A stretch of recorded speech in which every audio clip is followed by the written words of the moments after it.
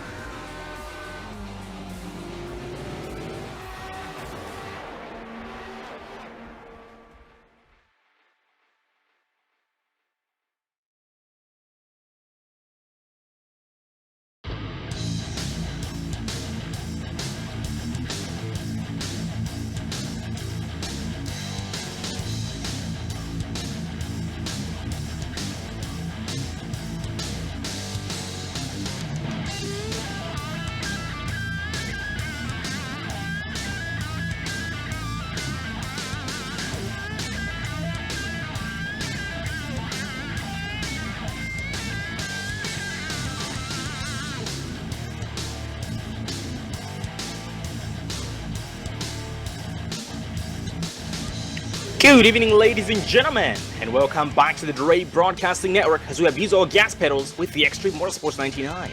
We are coming to you live from Michigan International Speedway for the Drive for Roco 170 by the Drive for Diabetes Awareness for round number 14 of the Extreme Motorsports 99.com Pro Can-N Series, brought to you by iRacing Broadcast Overlay and Graphics iBog. Check them out at ibog.co. I'm your commentator, Sean Zulu. I am joined by mad scientist himself and producer Dave Everly. How you doing tonight? Doing pretty good. How you doing, Sean? Oh, doing great too, thank you. Well, Dave, once again tonight we are right here at Michigan International. Well, Dave, tell us what we're dealing with weather-wise. Weather-wise, we're looking at 78-degree air temperature, but a track temperature of 103 degrees with the wind north at 2 miles an hour under partly cloudy conditions. And that track temp, yep, 103 degrees Fahrenheit, very, very high. That just might make things very interesting. Might make these machines extra loose or extra tight. We're just gonna see exactly how this plays out. And as usual, 50% fuel limit. That is 50% for 85 laps here tonight in Michigan, which gives us at least 3 pit stops for the drivers in order for them to be able to make it the full length of the way, and the maximum they can go, I believe, should be about lap 28 to 29 on their tanks. Just recap from last week's race, the Samson Motorsports 125 at Las Vegas Motor Speedway. Cody McFadden did bring it home for his 4th win of the season, his 4th win. Marty Ray came on 2nd, Garrett Robinson 3rd, Adam Eisenhower 4th, Christopher Smith 5th, Hunter McDaniel 6th, Andy Starcher 7th, Travis Pryor 8th, Tommy Amasi 9th, and Ken Ladd did round up the top 10. Well, moving on to our current point standings, this is round number 14 of 15, which means one more race after this before the season ends, and we actually crown a season champion, first-time champion in the Pro Can-N Series. Fingers crossed as to who that will be. So far in the standings, we have Hunter McDaniel still leading in points. Marty Ray going from 3rd place to 2nd this week. Ralph Vanderforst from 2nd place down to 3rd. These are the only 2 changes we have in the top 10 in points. Cody McFadden still 4th. Travis Pryor 5th. Garrett Robinson 6th. Gary Woolbot 7th. Adam Eisenhower 8th. Tommy Amasi 9th. And Andy Starcher rounding up the top 10. And Andy Starcher, speaking of Andy Starcher, he has had a very, very rough season. One of the drivers who's had the worst luck this season, but it's still very good to see that his consistent finishes have really paid off. And so far, he is in the top 10 in points. And ladies and gentlemen, we do see you there in the chat. Thank you for tuning in. I'm going to give a couple of shout-outs here. We have Timothy Petito. Good to see that, Timothy. We also have Pat T, rooting on 81 of Travis Pryor as usual. We have Connor Cunningham going for TSRC TV. That is going to be the 31 of Andrew Riley. And looking further down this list right here, so a couple more viewers. We have Ryan Jowers. Good to see you again there, buddy. Rooting on Thomas Jowers Jr., the 45. Barry Jowers as well. So we have 2 Jowers rooting on the 45 of Thomas Jowers Jr. And if you guys are new, welcome to the Dre Broadcasting Network. We have Jay Pryor, uncle to Travis Pryor, in the chat, rooting him on, cheering him on, trying to help him stay motivated to get the job done. We have Ivan, Adam, good to see you there. That's a new viewer right there. Good to see you guys. And once again, welcome to the Dre Broadcasting Network. Oh, and Chris Gillum. I think that's Chris Gillum, but it says Chris Gillum sucks. I'm not sure if that's Chris Gillum, but good to see there, Chris G.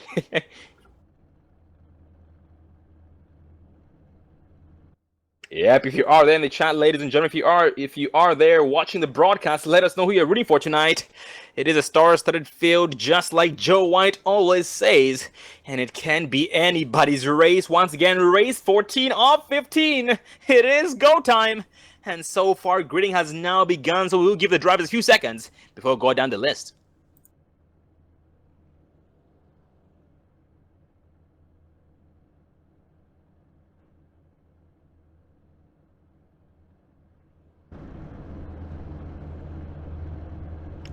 All right, I see. Thomas Jowers is actually watching while racing, multitasking. Yeah, I'm sure halfway through he's going to end up muting it so he can be able to focus on spanking these guys out there.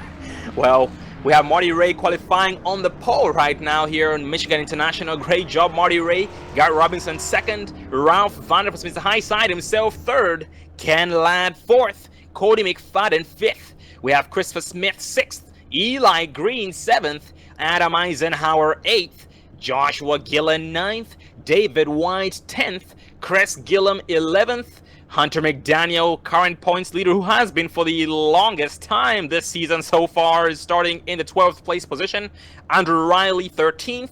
Michael Snow 14th. The 47 of Dirk Staliker 15th. The 10 of Caleb Daniels 16th. Tommy Amasi 17th. Brian Wasserman 18th. Rick Mason 19th. And Thomas Jowers Jr. in the 20th place spot so far, rounding up the top 20. The 25 of Timothy McBrayer 21st, the 5 Gary Woolbach 22nd, and 19 Andy Starcher currently rounding up top 10 in the point standing, starting 23rd, being the last driver putting down a qualifying time. And rounding up the rest of the field will be Travis Pryor and Jason Eisenhower, which is going to give us a 25 car field here tonight. That's 25 machines on this very, very fast 2-mile oval, Michigan International Speedway. We are rolling for the first time this time by.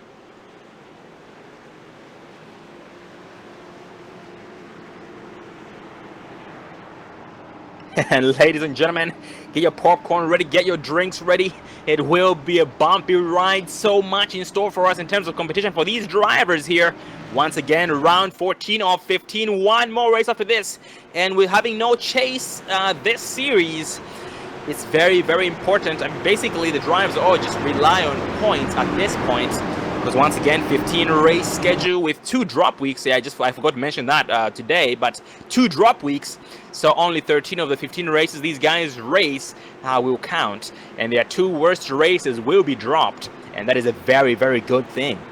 So these top 10 drivers I talked about in the points, these standings will not stick, most likely won't stick for too long. Because once those drop weeks kick in, everything will be jumbled up. It might look good for some drivers, bad for some other drivers, but things just might end up switching around, getting swapped around once again. Once those drop weeks kick in, entering turn 4, going green, this time by.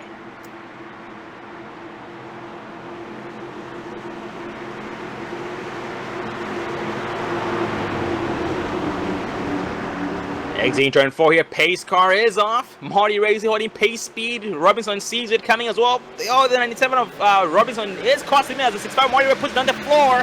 He just catch everybody off guard. Rob Vanderpool to the inside of Robinson before turn on, at least trying to get there. Robinson has cleared him here before turn on, but will still stay high and thus gets his inside occupied by Ralph Vanderpool. Ken Ladd behind, 6'4" of Cody McFadden. Behind him is the 81, as that's going to be the 86 of Adam Eisenhower. And this is lap number 1 of the Drive for Rocco 170 by the Drive for Diabetes Awareness, round 14 of the Pro K&N series here, the Extreme Motorsports 99.com. Further back in the pack, 95 of Chris Gillen, right behind 59 of David White, who is side by side of 57 Hunter McDaniel, side by side throughout this front straightaway. And Dave, with the way this track is, with the way the high track temp, it's going to be very, very crucial for these guys to take advantage of these grippy tires while they can. Yeah, they're only going to last a short while before they're going to have to start feathering that throttle here through these turns. So you got to definitely play the track position, get the spots you can. Because it looks like they're pretty much going single file right now. Yep, single file for the most part, but for the back in the box inside by the 10 of Daniels is in the inside 31 of Riley and the 4 of Michael. So makes a pass successful against both 2 drivers. And will make go around them on the exit of 4, but 31 of Andrade slingshot and a crossover move, at least tries to.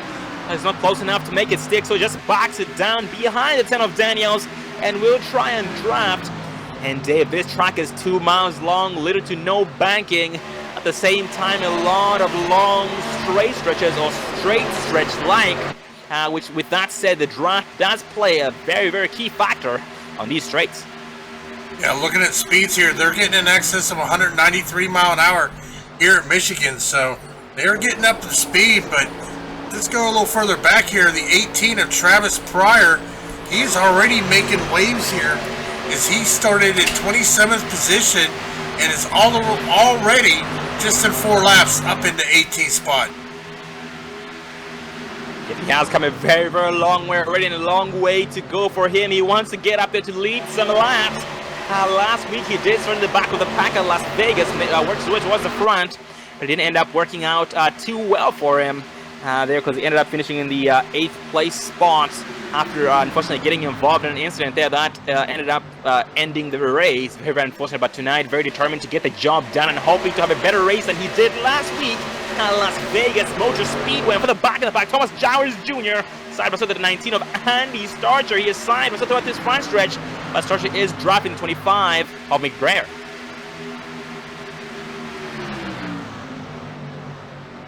And so far, so many battles throughout the whole entire racetrack. Once again, like David talked about, taking advantage of these tires while they can, while they still have grip, while they can push it. Because once these things wear down, these might just become icy loose or dump truck pushy tight. Because you do know once these things get pushy, that wall does have its arms wide open every single time, ready to take some victims away, and these guys will try their best to not fall victim to the wall, which is trying its best once again to claim them. 18 Rick Mason as well here is being challenged by the that's gonna be the 5 of Gary Woolbot. Woolbot to the inside of him, entering turn 1. Going back up front, we are still being led by the 65 of Marty Ray. He is lightning fast out here. He has already pulled a 1.3 second lead over the 97 of Garrett Robinson. Ralph Vandervoort sitting 3rd. 86 of Adam Eisenhower sitting in 4th. Cody McFadden right now rounding out your top 5.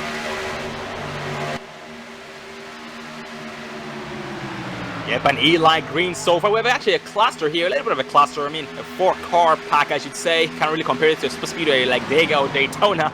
But we have Eli Green, Christopher Smith, 40 Joshua Gillen, and 57 Anthony Daniel. Single foul so far. These guys most likely working together for a common good to try and catch up to the next victims in live positions. That will be the 11 of Ken Ladd, Cody McFadden, Adam Eisenhower, Ralph Vandervoort, Garrett Robinson, and Marty Ray, 1st through 6th, respectively. And this draft will keep these guys bunched up. But going a little bit up front here, we have the 6 of Ralph Vandervoort here, 3 wide actually. Almost 3 wide. We have 6-4. McFadden trying to take it 3 wide, but they do go back double wide as Adam Eisenhower did lose some speed on the exit of 4.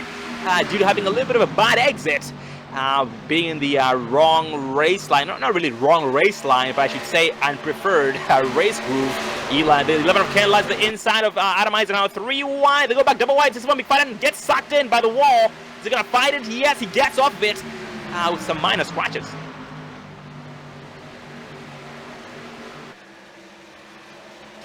Dave, because of McFadden's wall incident there, that will cost him a lot of time, all his momentum, all his speed, and all the spots he gained, and we'll have to do it all over again. He started in 5th place, and so far now being shown in 7th, so just lost 2 spots to the 40 of Joshua Gillen and Hunter McDaniel. Actually, that was Adam Eisenhower and Hunter McDaniel, but now 40 of Gillen challenging him on the inside, side by side. And race from experience here in the past at Michigan International Speedway, have noticed that one thing I can tell you about this track is that you do not want to be in the lowest lane, because that is a recipe for disaster. Most machines do get very, very loose, and that could be very, very deadly. And so far I've seen a lot more drivers riding at least 1 groove higher to avoid the same low lane, or the lowest lane I'm talking about. That's going to be the lane closest to the apron. Well, Sean, while we were watching the 81 of Travis Pryor, there was some contact made between him and let's pull up the instant replay actually of focusing on the 81 of Travis Pryor. But we are going to stay green flag racing, as we're going to go back and take a look at this as we did see it live here. The 81 of Travis Pryor and the 10 of Caleb Daniels. Caleb Daniels was trying to the inside, kind of pushed up, made contact with Pryor. He went spinning. He was able to get it stopped and get it going, but this is going to set him back a little ways as he is back in 25th position.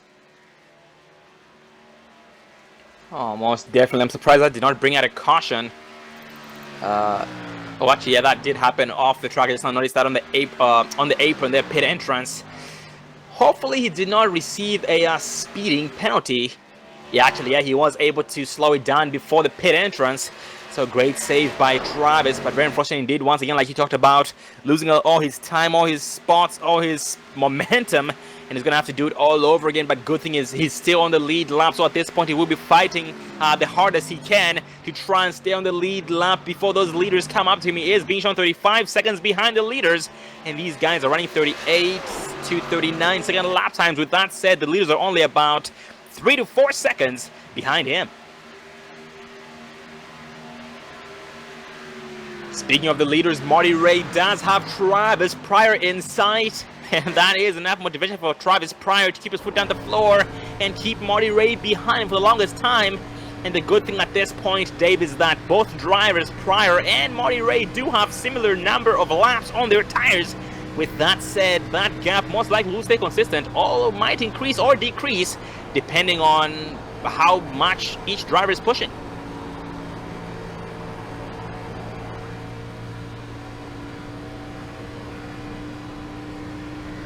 And going a little bit up front here, we do have 19 of Andy Starcher. Andy Starcher already gaining a lot of spots this far, from 23rd place to 14th place, behind 59 of David White.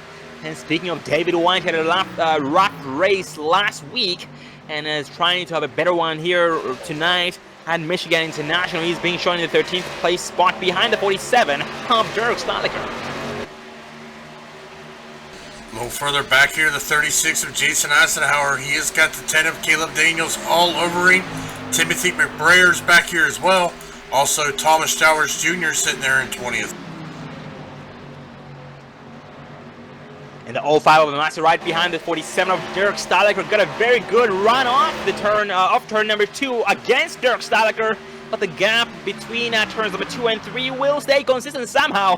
Looks like Massey did back it down. Yep, both 47 of Staliker and 05 of Massey changing up their race lines, going all the way high to try and save some tires.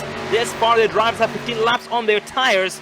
So green flag pistol should kick in here in the next 10 to 15 laps. And as we all know, those green flag pit-stops do separate the men from the boys, like Dave likes to highlight. And with that said, a race can be won or lost on pit road. That goes to show how important pit strategy is, pit stops are. And having a very, very good pit crew, that took some 5-hour energy or some caffeine or something to keep them on their A game. Or race long off of a Massey on the inside of 47. Dirk, so like a Dirk drifted way high. Looks like Dirk might be having some problems with the machine pushing. Maybe those tires are finally gone. Here on lap 15 of 85. I tell you, I've been watching Travis Pryor, though, ever since that accident. He was over 17 seconds behind the 18 of Rick Mason, but he's actually closed that down to 15 seconds, so he is still putting down some good lap times, but he is managing to keep our race leader, the 65 of Marty Ray, behind him. Absolutely, Travis Pryor very, very desperately in need of a caution. A caution would be a very, very good thing for Travis Pryor. Not that he's a lap down at the moment, but if he is trying his best to get that damage fixed. And Dave, you know, with how I talked about how this track is, how the draft basically plays somewhat of a key factor in the performance of these machines and the well-being of these drivers in the long run, Dave. By the way, Travis Pryor's machine is looking, that really is affecting his top end. Yeah, most definitely, but look here, 57 of Hunter McDaniel, he is going to complete the pass over Ralph Vandervorst. He is going to take third position. 97 of Garrett Robinson, who is running up in second, has dropped all the way back into 10th, as it looks like he has got some major tire wear. Major tire wear indeed, but Marty Ray so far leading every lap this far, 18 laps in, and a lot more laps to come. No lead changes just yet. And unfortunately, speaking of going back to Travis Pryor, we talked about how he was losing time, well, gaining time against Rick Mason, but the leader is now catching up to him at a very fast rate, or I should say a faster rate than before. So, yep, that just goes to prove exactly how the damage is affecting him negatively. And also the 18 of Rick Mason. Rick Mason, oh, trouble on the track. Rick Mason spun on the track. Is the caution gonna fly? He blew his motor on impact. He's trying to crawl off the track as we speak. Oh, the caution finally flies on lap 18 on Rick Mason. Very unfortunate indeed. Well, as we pull up the Dre Broadcasting Instant Replay, we are going to focus on the 18 of Rick Mason. And looks like it's just going to be a single car spin here as he's coming out of the turn. Just a major push up into the outside wall. That's going to shoot him around. He's going to try to save it, but hard impact there back on the outside wall, blowing his motor. Unfortunately, not able to get it off the racetrack, so that is going to bring out our first caution of the night. Absolutely, very, very unfortunate indeed for the 18 of Rick Mason, blowing his motor on impact and is getting towed down to pit road. But not to worry, ladies and gentlemen, they do have two backup machines, two backup cars, so he will be out there in no time. He is being shown 1 lap down so far. Most likely he's going to lose 1 more lap and will be 2 laps down, but hopefully he's able to get those laps back here before the race ends. But going back up front, Marty Ray still leading, Ken Ladd second, Hunter McDaniel third, Cody McFadden fourth, and Ralph Vandervoort with his high side himself in the 5th place position, running up the top 5 so far. Let's see, 20 laps in, 66 laps remaining. Everybody should be going down pit road this time by. And Travis Pryor very, very relieved to see this caution, much needed for him. He's going to be able to get a brand new machine, and the aerodynamics will be back into place, and he will be able to get back up there like he was, because he had a journey headed towards the front before his incident. So now he's going to continue his mission, and hopefully that mission will be successful here before the race ends. But yep, Marty Ray leads everybody down pit road this time by, and everybody will follow. Yes, we are taking a look here from our commitment cone entrance here. Getting a good look at these guys as they're making their way down on the pit road for their first pit stop of the night. That's a very, very good view right there. You can hear those machines roaring, entering pit road there. The pit road speed limit is 55 miles an hour. We have a new view in the chat, Cotton Lane. Good to see you, Cotton. And off pit exit, Marty Ray was able to lead off pit exit and maintain his race lead, still giving us 0 lead changes. Ken Ladd, let's see who came out second. Yep, Cody McFadden beat Ken Ladd and Hunter McDaniel off pit road. Ken Ladd came out third. Joshua Gillen came out fourth off pit road. And Christopher Smith now will round up that top 5. So many changes that just took place right there. And so far, the driver who had the fastest pit time. Gonna try and scan this field so far. That was a 12.5 second pit stop set by the 40 of Joshua Gillen. And this does give us some time to get a race interview in. So let's focus on the 47 of Derek Staliker.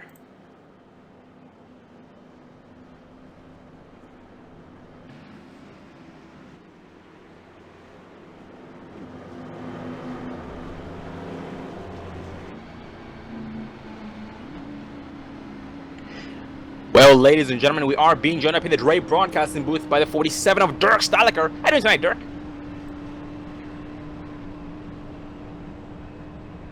Got a cup there, Dirk? Yeah, I gotcha. How you doing tonight, buddy? I'm doing great. Michigan's a little bit tough. I haven't quite figured it all out yet, but it's a fun time. Oh, 10-4. Yeah, sorry to hear about your misfortune there with the relationship between you and the track, but glad that you are doing well so far. The race is going pretty well for you. We noticed you battling there heavily. Actually, you guys had about a 15 to 19 lap shootout on your tires. We actually noticed you kind of changing your race lines there for a couple of laps with the 05 of Tommy and Mas. Tell us about the long run experience you just had. Yeah, so the tires really drop off here. I've been struggling with turns 3 and 4, and as the tires started to wear, I really tried to move up the track, trying to find some speed up there. Not sure it's entirely working yet, but just give a wider arc, try to carry a little bit more momentum around the top, and try to see what I can do with it. Oh, copy that. Very, very glad to hear the experimentation there. And by the sounds of it, it will end up paying off before the race is over tonight, Dirk. And Dirk, how's the machine handling? Because usually, from experience, I've noticed these things do start off to be quite loose in the very beginning, but it seems as though you guys have everything under control so far. Yeah, I've actually been noticing a lot more tight condition here. The back end seems to be pretty stable, but getting it to turn and keeping it off of the wall, specifically exit at 2, that's what I'm really trying to figure out here. It's very easy to let it push up the track if you get just a little too much throttle going through the center of the corner, pick it up a bit too early. So that's what I'm really trying to focus on. Oh yeah, that wall definitely does have its arms wide open every single turn. Turns number 2 and turns number 4 specifically. And yeah, it's ready to claim anybody, but glad that you are able to stay alive so far, spiking that wall, and most importantly, spiking this track and staying alive. And Dirk, where do you see yourself before the race ends today? Where do you see yourself on lap number 85? You know, I'm really just hoping for a top 10 here. This is not my best track. I'd be happy up there, but we'll see where the race brings us. Oh, 10-4, Dirk. Well, Dirk, you are now back 1 to green. Keep doing exactly what you're doing. You're headed in the right direction. Stay alive, and see you in victory lane. Sounds good, thank you. And that was the 47 of Dirk Staliker, starting in the 14th place spot. Well, on this restart, he will be behind the 19 of Andy Starcher. And we are now back 1 to green, being led by same race leader. 0 lead changes this far. Marty Ray, with the help of... Actually, Marty Ray is elected to start on the outside because leaders do have lane choice on restarts. So he will be pushed by the 40 of Joshua Gillen. On the inside is Cody McFadden with the help of the 11 of Ken Ladd. Well, this will make things extra interesting. A lot of fast drivers here in the top 10. We have Christopher Smith, Adam Eisenhower, Hunter McDaniel, Gary Robinson, Tommy Massey, Eli Green, including Joshua Gillen, Ken Ladd, Cody McFadden, and Marty Ray. Like I talked about, this is about to get even more intense than ever before. Going green this time by. Well, as the pace car now dips down into pit road, getting ready to go green flag racing. Green flag is out back racing here at Michigan as Marty Ray is going to get a good jump. Yeah, great start by Marty Ray indeed yet again. And 11 of Ken Ladd gets around the 40 of Joshua Gillen, making him maintain his 4th place spot. But Gillen with a power move on the outside somehow gains some momentum. Looks like Ken Ladd might have missed a shift off the exit of 240 of Gillen will pull the 86 of Adam Eisenhower with him. And Freight Train, the 11 of Ken Ladd, as though he's sitting on jack stands. Ken Ladd will respond here before too long. And for the back number 48 of Christopher Smith's side, also the 05 of Tommy Massey, 05 of Massey. First appearance in the top 10 from 17th place, is trying to overtake Christopher Smith for position number 6. So he is determined to get the job done, but they were able to drag race all throughout the front stretch. But no luck for Amasi just yet. But Amasi drives in way hard, entering turn 1, and just might have him on the exit of 2. Well, as we only got 61 laps remaining, these drivers know they got to make some moves. Can't wait back too far. We're going to go a little further back here. Michael Snow running in the 15th position. Chris Gillum sitting back here in 17th. Travis Pryor moving up into the 18th position after that early spin, as he is trying to make his way back through the field again. And we had some 3 wide among 48 of Christopher Smith, 47 of Dirk Staliker, and the 59 of David White, but they do go back double wide. Dirk was able to gain 2 spots in 1 lap down the middle in between 48 of Smith and the 59 of David White, and is on the move as we speak, still taking names so far. He started in his 15th place spot on the restart, and now all the way up to 11th place. Oh, actually, he's now new to the top 10, so he just gained 5 spots in a matter of only 1.5 laps actually, and he's headed towards the front. He talked about how he was not the best at Michigan, but Dave is proving us wrong. I think you're just trying to, make us not really expect much from him, but definitely proving us wrong. Well, I mean, that's definitely a possibility. We have a bunch of great drivers here. Well, ladies and gentlemen, we are almost to lap 30 of 85. We are going to go ahead and step away for our first commercial break of the night. We'll be right back.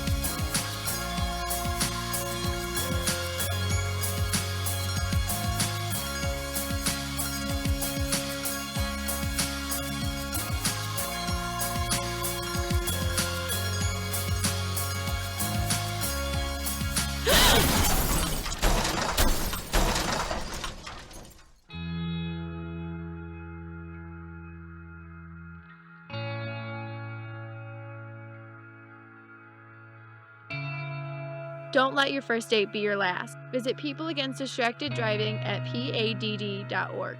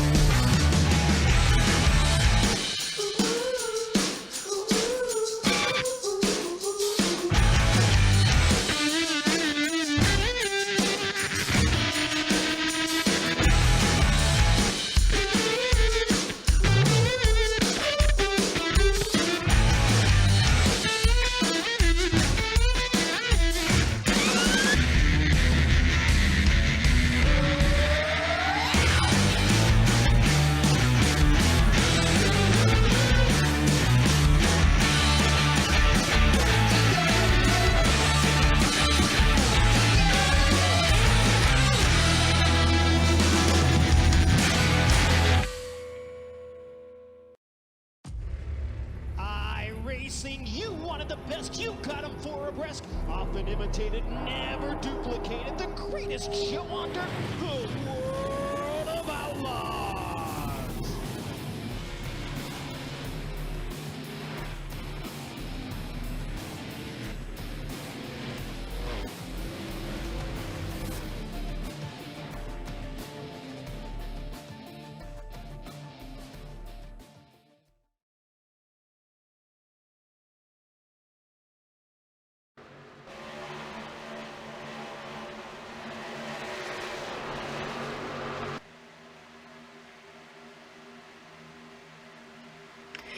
Welcome back, ladies and gentlemen, to the Drive for Roco 170 by the Drive for Diabetes Awareness for round number 14 of the Pro Can-N series, or I should say the Extreme Motorsports99.com Pro Can-N series, brought to you by iRacing Broadcast Overlay and Graphics iBog. Check them out at ibog.co. And once again, this is the Extreme Motorsports99.com Pro Can-N series. Check them out if you guys are interested in this. Speaking of that, this is race number 14 of 15. With that said, one more race before the end of the season, and that means sign-ups are opening up. And if you guys would like to be a part of this action next season, check them out, extrememotorsports99.com. Drop the first E in Extreme, start with the X, extrememotorsports99.com. On Mondays, they do run Can-N series and a road series at the same time. On Tuesdays, they run the track series. Wednesday nights, Xfinity series. And Thursday nights, they do run the Cup series. And not to forget, they have an upcoming dirt series here in the near future. So you guys can join either of those based on your preferences and experience as well, because they do place you in different series based on experience. But going back to the race, we are still being led by Marty Ray, who has a lead of 0.3 of a second ahead of Cody McFadden. McFadden was able to gain some time against him. Adam Eisenhower third, Ken Ladd fourth, and Garrett Robinson in the 5th place spot, starting up the top 5 so far. Yeah, back in 6th is going to be Hunter McDaniel, Josh Aguil in 7th, Eli Green in 8th, Tommy Amassi 9th, and Andy Starcher making the moves up into 10th position, rounding out your top 10. So we've got a lot of guys making moves here, Sean. I tell you, the man that's on the move right now is that 81 machine of Travis Pryor. He had just got around the 66 of Ralph Vandervorst. He is now all the way up into 11th position. Oh yeah, Travis has gained a lot of spots. He had a misfortune there before the caution had flown. Was able to go from the back to mid-pack, and now headed towards the front here, trying to poke his nose into the top 10. Just one more spot in order to be in the top 10. Andy Starcher is his next victim for position, and Tommy Amassi, actually Tommy Amassi is. Yep, Tommy Amassi is his next victim for the top 10, holding the door to the top 10. So Travis sees that bigger picture and will try and take it away here before too long. And Travis played much of here tonight. The 36 of Jason Eisenhower. Jason is in 17th so far, behind the 48 of Christopher Smith. And Jason has come a very long way as well from the 25th place spot to 17th. As we speak of 47, Dirk Staliger is getting freight trained at a fast rate. He just got overtaken by 3 machines, 48 of Christopher Smith, the 36 of Jason Eisenhower, and the 4 of Michael Snow. And with a burst of speed, trying to get around all drivers again. Step out was rightful his. Yeah, this is a little hornet's nest back here. It's going to be interesting. And speaking of Dirk Staliger, I realized that he lost all that momentum, all that speed, and all those spots due to him smacking the wall. So unfortunately, his worst speed because of that front 48 of Smith and the 4 of Snow getting to it. Oh, that caused a big chain race. 47 of Dirk Staliger gets rear-ended on the big checkup. The caution will not fly just yet. They do save it. That did really stack up the field. But this thing, Dave, still stays green. I'm not sure if we can, Dave, but let's back it up on the 48 of Christopher Smith and see what happened. Well, as I pull up the Dre Broadcasting Instant Replay, focusing on the 48 of Christopher Smith. Contact between him and the 4 of Michael Snow. Great job by all the drivers as Christopher Smith went sideways. He is able to save it. Michael Snow going sideways. Unfortunately, Derek Staliger, though, he's going to get the worst end of it. He's going to get rear-ended. Let's rewind it back here. Focusing on the 40. Yeah, he's going to get rear-ended. Spun around, but he does a good job. Keeps it off of the wall and keeps it going and getting back out on the track. Absolutely, very, very unfortunate indeed for every single driver involved in that. That definitely did shake up the field behind the incident because everybody had to slam on their brakes, just pretty much slowed all the way down and pretty much get to slow down to nothing to avoid getting into the incidents there. So that will really shake up the field even more. But very unfortunate indeed for the drivers who got the worst end of that. 47 of Dirk Staliger. Once again, these things do not have any brake lights, no tail lights. So when someone's slowing down and braking, you won't be able to tell. The only way you'll be able to tell is when you see the sparks coming out of the exhaust. That's when you know they're lifting, letting off the gas. But at the same time, that's easier said than done because going over 180 plus miles an hour, you only focus on the track and trying your best not to get claimed by the track or the wall. You're not really paying attention to someone else's exhaust. So that really goes to show how much attention these guys pay to the track and nothing else. But going back up front, Dave's position changes. 11 of Ken Ladd now being shown second. Adam Eisenhower third. Oh, Ken Ladd taking over the race lead this time by over Marty Ray. Lead change 1 on lap 40. Yeah, and right now we only got 46 laps to go. We are coming on the halfway point in a hurry in tonight's race. Only 1 caution so far here tonight. Yep, only 1 caution this far, and on pit road, we have Dirk Staliger on pit road actually, getting that, showing you on pit road. Yep, he is going down pit road this time by as we speak. Michael Snow as well pitting in this time, and these 2 drivers pitting in with 20 laps on their tanks. And these guys, once again, Michael Snow and Dirk Staliger have one thing in common, and that's that they were involved in the last incident there. Off turn number 2, about 2 to 4 laps back, unfortunately. So they are on pit road, getting 4 tires, full tank of gas, and brand new machines. And those ones scheduled pit stops, maybe scratch that 64. McFadden going down pit road this time by with 21 laps on his tank. Well, Dave, green flag pistols finally kicking in here, starting on lap number 40, and here going on lap number 42 to 43. So it's only a matter of time before the drivers up front start pitting in. Yes, we are reaching the halfway point of tonight's race, so I think they're still going to have to pit at least 1 more time. Even Marty Ray going down pit road this time by peeling off. Looks like Marty Ray might have burned up his stuff because he was overtaken by Robinson and Ken Ladd at a very fast rate as though he was sitting still. So yeah, those tires will definitely go on. A lot more drivers on pit road. Pit road is getting nothing but busy with every single lap. Marty Ray, Tommy Amasi, Gary Woolbot, David White, Christopher Smith, Chris Gillum, Caleb Daniels, Timothy McBrayer, all down pit road this time by as we speak.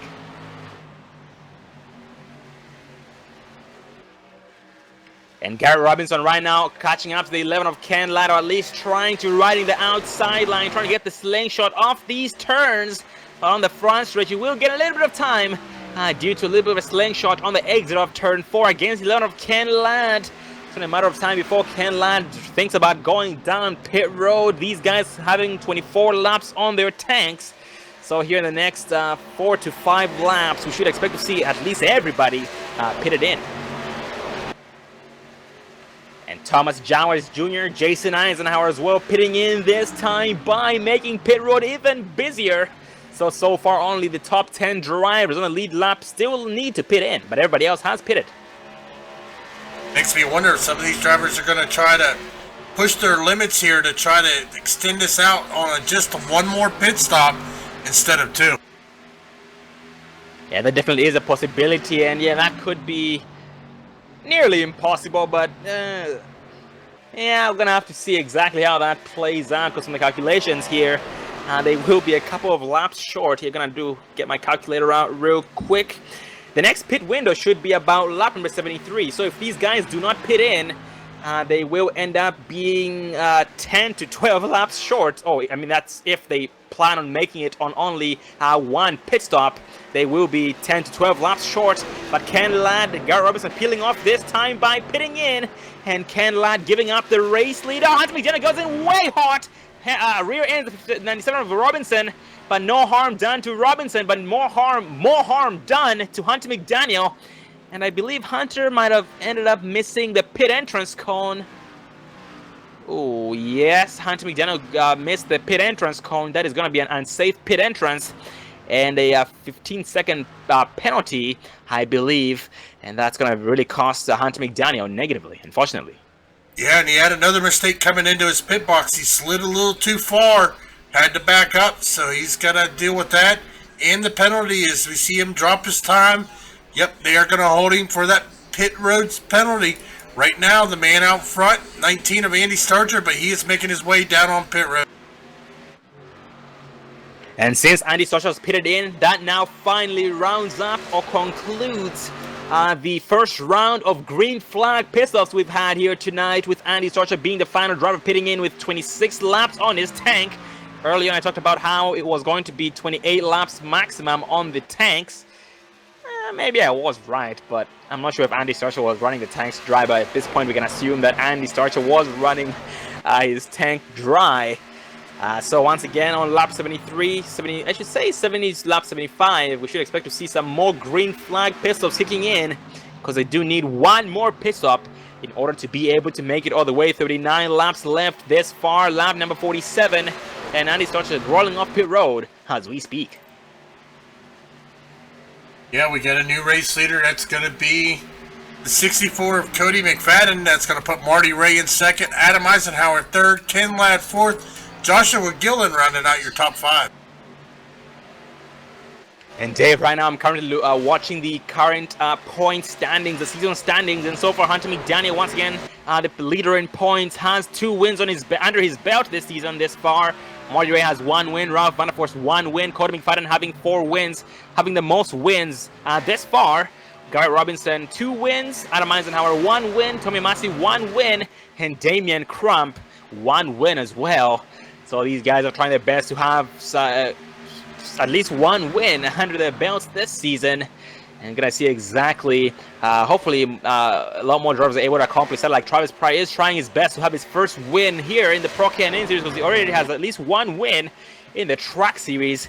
And trying to do the exact same thing right here, and very motivated to make that become a reality. But up front, Dave, Marty Ray, Cody McFadden side by side the race lead as we speak. Yeah, they are battling side by side as Marty Ray's on the inside of the 64 of Cody McFadden.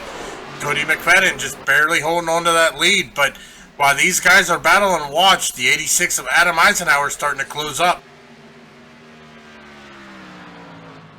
Yep, the more these guys battle, the more Adam Eisenhower smiles, because the more he will be able to catch up to them. It's going to be bad news for them, but good news for him.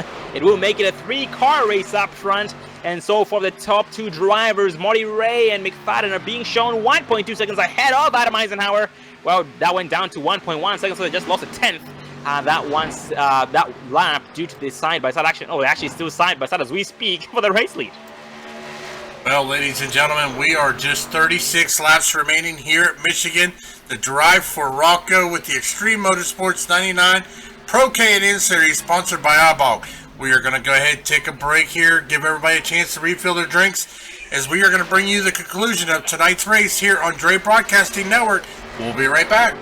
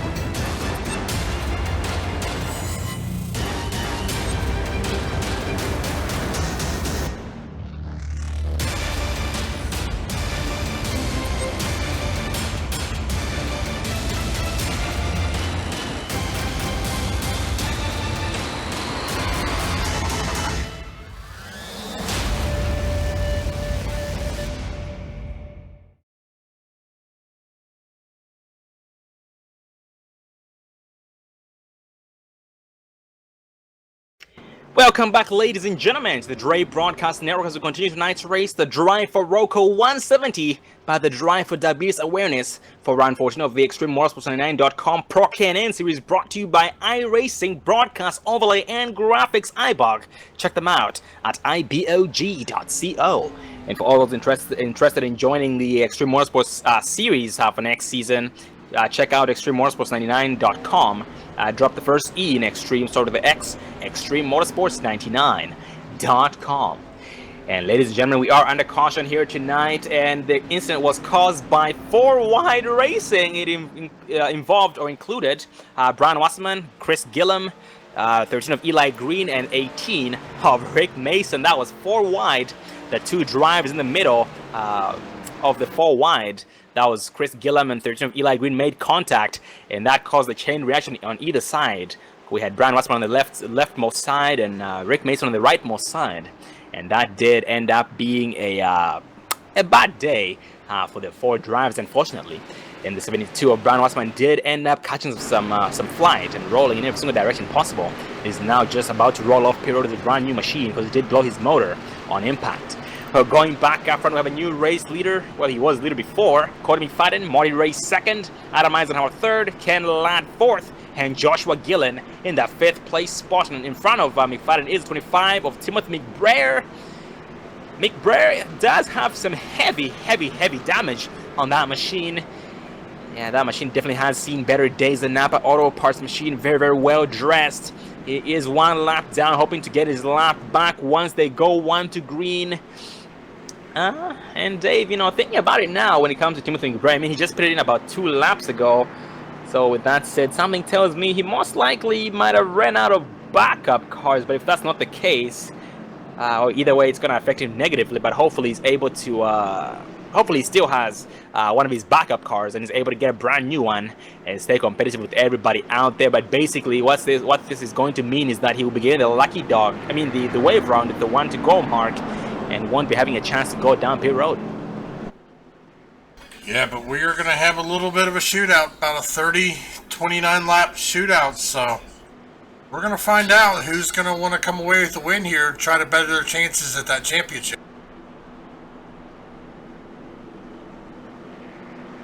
Absolutely, it makes me wonder. I mean, this caution right here did definitely screw up most of these drivers' pit strategies, the strategies they had in mind. And with that said, let's see. Once we go green, we'll probably have a 28 to 29 lap shootout. So with that said, let's see. Okay, so if that's the case, Dave, the drivers are gonna be, if we go green with 28 laps to go, the drivers are going to be only 2 laps short on gas. That is 2 laps short. Yeah, we may see some guys start feathering it in, clutching it in around the turns here, just to try to save a little gas to make it. Absolutely, and saving for 2 laps is definitely possible. So with that said, yep, a lot more guys will be backing it down to save that gas. Absolutely, and we are now back 1 to green. Moment of truth. Leader decided to start on the outside line. That's going to be Colton Fighter with the help of the 97 of Gary Robinson. On the inside is Marty Ray with the help of the 86 of Adam Eisenhower. Going green this time. By so once we go green, we'll be having 29 laps remaining. So with that said, the drivers are going to be will end up being 3 laps short on gas. Well, fingers crossed, ladies and gentlemen, it can be anybody's race. If you guys would like to, now would be the time to change your picks. No, I'm just kidding. I'm pretty sure all your drivers right now are still going nice and strong on the track. And so far, let's see, we have 23 drivers of 25 drivers who started tonight's race still being shown on the lead lap. Brian Wassman being shown 1 lap down, but is still on the track. And Rick Mason, unfortunately, might be done for the night, for the evening, because he is 6 laps down in 25th place. Heavy damage on that machine, and something tells me he is out of backup cars. Very unfortunate indeed for the Rick Mason crew, but hopefully they're able to get that machine back to life before the race is over, so he can be able to put down some more laps before the race ends. But going back up front, exiting turn 4, going green this time by.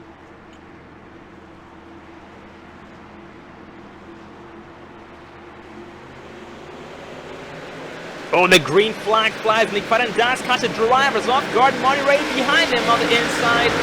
Heavy system automized inside the 97 of Gary Robinson side by side, entering turn 1.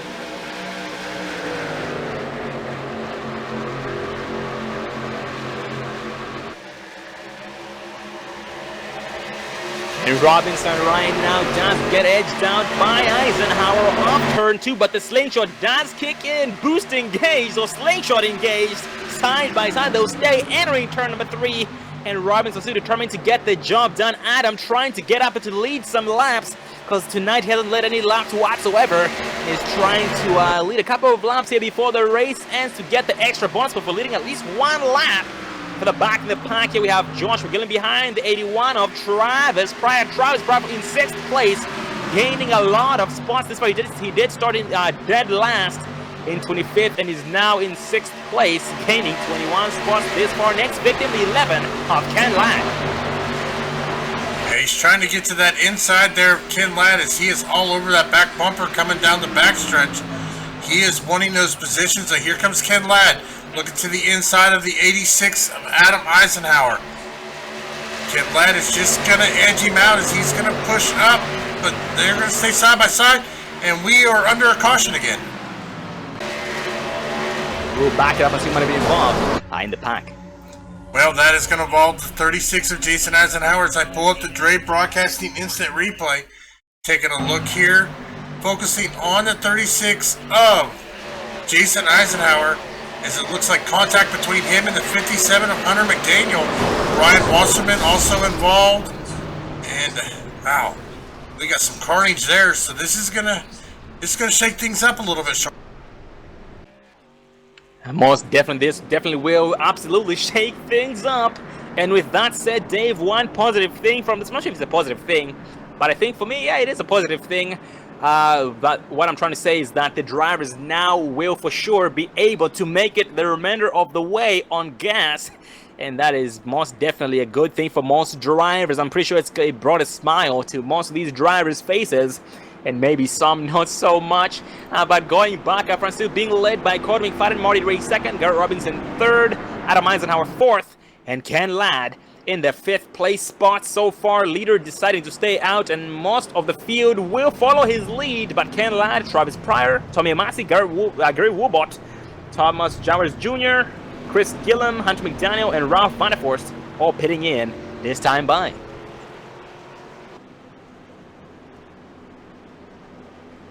And here among the drivers who stayed out, we have some drivers some drivers saving gas to try and be able to make the full length of the way.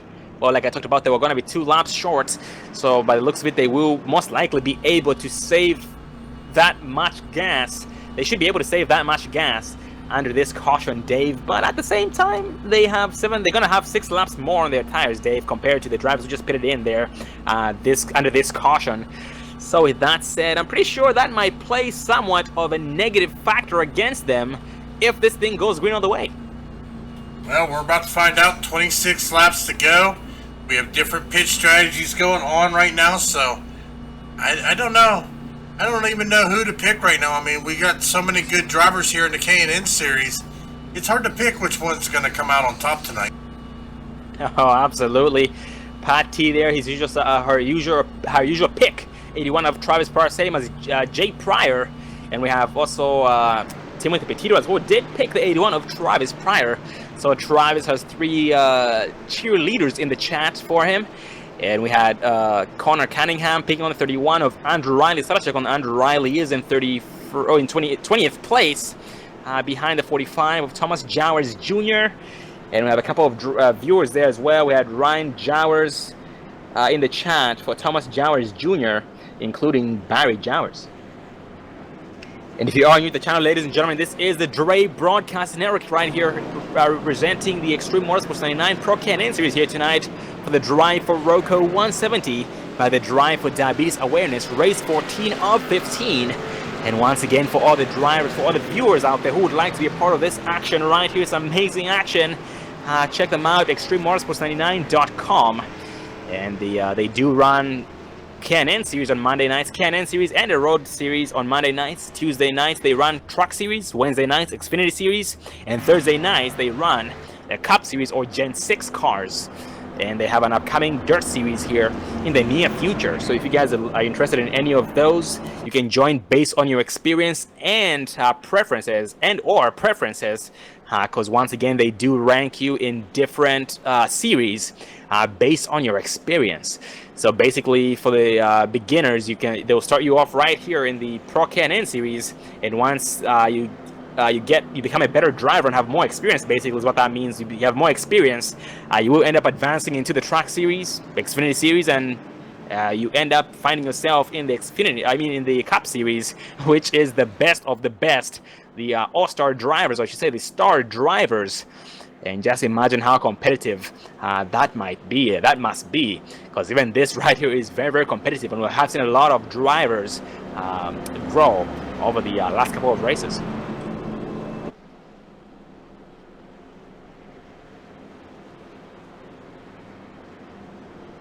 So far the top 11 drivers once again did stay out. Cody McFadden, Marty Ray, Garrett Robinson, Adam Eisenhower, Joshua Gillen, Caleb Daniels, Dirk Staliger, Christopher Smith, Michael Snow, Andy Starcher, and Eli Green. These 11 drivers stayed out, and everybody else is going to have 6 laps less on their tires compared to the drivers who stayed out. Fingers crossed and see exactly how things play out. Talk to Dirk Staliger about how the machines were handling on all the tires and he talked about how, unfortunately, well, surprisingly, they were not loose like I originally thought, but they're actually tight.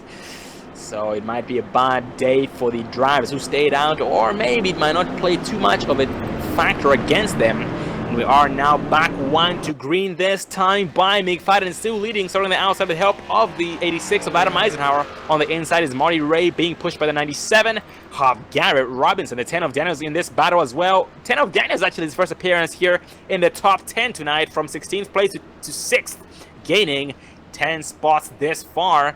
Derek Staliger from 15th place to 7th. Christopher Smith being shown 8th. Michael Snow from 14th place to 9th. And I believe that too is Michael Snow's first appearance in the top 10. And Andy Starcher as well from 23rd place to 10th place this far. Well, we're set to go back green flag racing, 23 lap shootout here at Michigan, as the pace car is now bringing them out of turn number 4. Getting ready to go green flag racing. Pace car is off. Cody McFadden keeping him at pace speed. Hot diggity dog. Here we go, boys. Back green flag racing as Cody McFadden gets out to a good jump. Meanwhile, Adam Eisenhower and Marty Ray battling it out for second place. And Robinson behind the 6.5 of Marty Ray. He will help him increase that speed with the help, maybe even bump drop if he can get close enough on this straight stretch. But not to worry, Marty Ray does get around 86 Adam Eisenhower and chops his nose off. And Adam has not just but to ride in line behind Ray, because Robinson is to his inside. And to avoid causing trouble, he will stay high. And Eisenhower trying to side draft the 97 Robinson, trying to push him down the track to get him in that loose stuff. The black line right there close to the white line, the apron, but did not work. And Robinson finally successfully clears the 86 of Eisenhower on the front stretch for turn 1. Oh, and right behind the 10 of Daniels, the 40 of Gillen side by side for 5th and 6th. And Daniels is bringing 48 of Christopher Smith with him, but Smith will stay high behind the 40 of Joshua Gillen. The 10 of Daniels gets way loose, and that will cost him speed, momentum, and position to both the 40 of Gillen and the 48 of Christopher Smith. And behind with the 11 of Ken Ladd. Ken Ladd to the inside of the 10 of Daniels, and Daniels will stay high this time by. Oh, look at that, Dave. He's not in the clear just yet. Ken Ladd is bringing 47 of Dirk Staliger with him, and Dirk Staliger has proven to be a fast driver here tonight. Yeah, it's a little bit of a hornet's nest here. 21 laps to go here at Michigan. Yeah, but this point is all going to become what it was at the beginning of the race. It's push it while you can race it. Oh, we have some trouble in the back of the pack. The caution flies. Oh, heavy smoke, heavy impact. 81 Pryor on his... Oh man, Travis Pryor took some serious flight. 1,000 flight, I do not know what was or what is. But that involved Travis Pryor. I'm not sure where he started. It looks like he started up front in front of him. That was 97 of Robinson. Let's back it up on 97 of Robinson, Dave, and see what happened. As we see the 97 of Garrett Robinson battling out with, not sure what car that was, but they made contact with a wall, got him loose, and then Travis Pryor blowing his engine, but getting some good airtime. So, unfortunate move there, but that was the 65 of Marty Ray getting up into the wall as Garrett Robinson was right there beside him. And that's going to shake up his front field here. Absolutely, and unfortunately, Travis Pryor did end up blowing up his motor on impact. He actually did a vertical backflip, which is really, really rare and nearly impossible, but very unfortunate indeed once again for Travis Pryor and all drivers involved. Garrett Robinson and the 65 of Marty Ray up front. And just like David said, this definitely will shake up the field. So Garrett Robinson and Travis Pryor both getting towed down to pit road. And fingers crossed for these two drivers. Hopefully they can be able to get back on the lead lap, because at this point they have not used all their backup cars just yet, if any. I mean, I know Travis Pryor has used up one of his, because early on he was involved in an incident there that didn't bring out the caution. So he has his final one and will be able to get back out there. And Garrett is going to be his first backup car being used here before too long. Well, going back up front, we are being led by Cody McFadden. Marty Ray second, but Marty Ray going down pit road this time by, and more majority of the field is pitting in as we speak.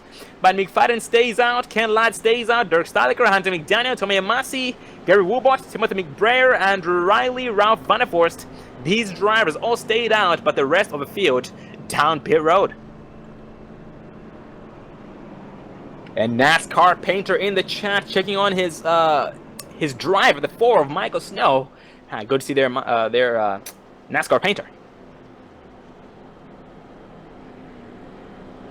And Marty Ray status check, gets a brand new machine off pit road. He goes to hunt down Cody McFadden for what was rightfully his, which was that race lead and the pole position where he qualified tonight, and is determined to get the job done. Marty Ray was sitting in second place in points starting tonight's race, and the gap in between first and second place driver was 38 points separating them. So with that said, it's not too close at the same time. It's not too far. Definitely things can change, and most likely will change before the season ends. Yeah, just one more race after tonight, and we are going to crown a first-time champion here in the Pro K&N Series with the Extreme Motorsports 99.com. And we have a new viewer in the chat. That is going to be John Brumette. Good to see you there, buddy. And you're absolutely right there, John. 30 feet in the air is not rare, but what I said was rare was a vertical backflip, like we saw.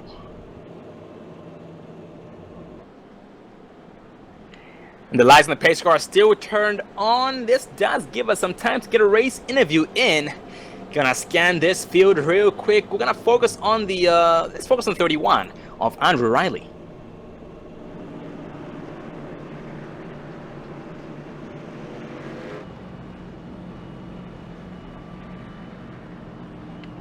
Well, ladies and gentlemen, we are being joined up in the Ray broadcasting booth by the 31 of Andrew Riley. How are you tonight, Andrew? What's going on, guys? Just enjoying the show up here. How are you doing tonight? I'm hanging in there. How are you guys doing? Oh, we are doing good, man. And Andrew, tonight you've been doing an amazing job as usual and brought your A game. Started 13th and currently in the 8th place position. We noticed in the beginning there you just pretty much kept a low profile all race long until now. Tell us about your race this far, man. How's the machine been treating you? It's been faring pretty well. Just overall, this car is tight because it's the nature of this track. And just try to finish good here since we'll be in the top 8. Oh, copy that. And where do you see yourself here in the next upcoming few laps? I should say next upcoming 18 laps, lap 85. I mean, the guys who just pitted are starting right behind me, so they're on fresh trouble. I'm like on 5 lap old titles with the guys uphill. So it's going to be interesting. Oh, 10-4, Andrew. Well, Andrew, you have stayed alive all race long tonight, executed some excellent green flag pit stops early on, and are now here 1 to green with 17 laps left here in tonight's race. So, buddy, thanks for coming up here and speaking with us, and look forward to seeing you in victory lane tonight, buddy. Make us proud as usual. I hope so. Thanks, guys. Enjoy the rest of the race. And that was a 31 of Andrew Riley. And we are now back 1 to green, and Andrew is being shown in the 8th place spot this far behind the 5 of Gary Woolbot on this restart on the outside. But going back up front, we are being led by Cody McFadden, who decided to start on the inside this time by for a change with the help of the 47 of Dirk Staliker. On the outside is the 11 of Ken Ladd being pushed by Hunter McDaniel. Hunter McDaniel, I'm saying much of Hunter McDaniel tonight, and this race might be the one that is pretty much kept a low profile in all season long. Pretty much every single race we see him battling heavily. I mean, he was battling there mid-pack to rear-pack, but now he is finally back in the front. And unfortunately, we have lost one driver, 81, of Travis Pryor, retiring for the night, unfortunately.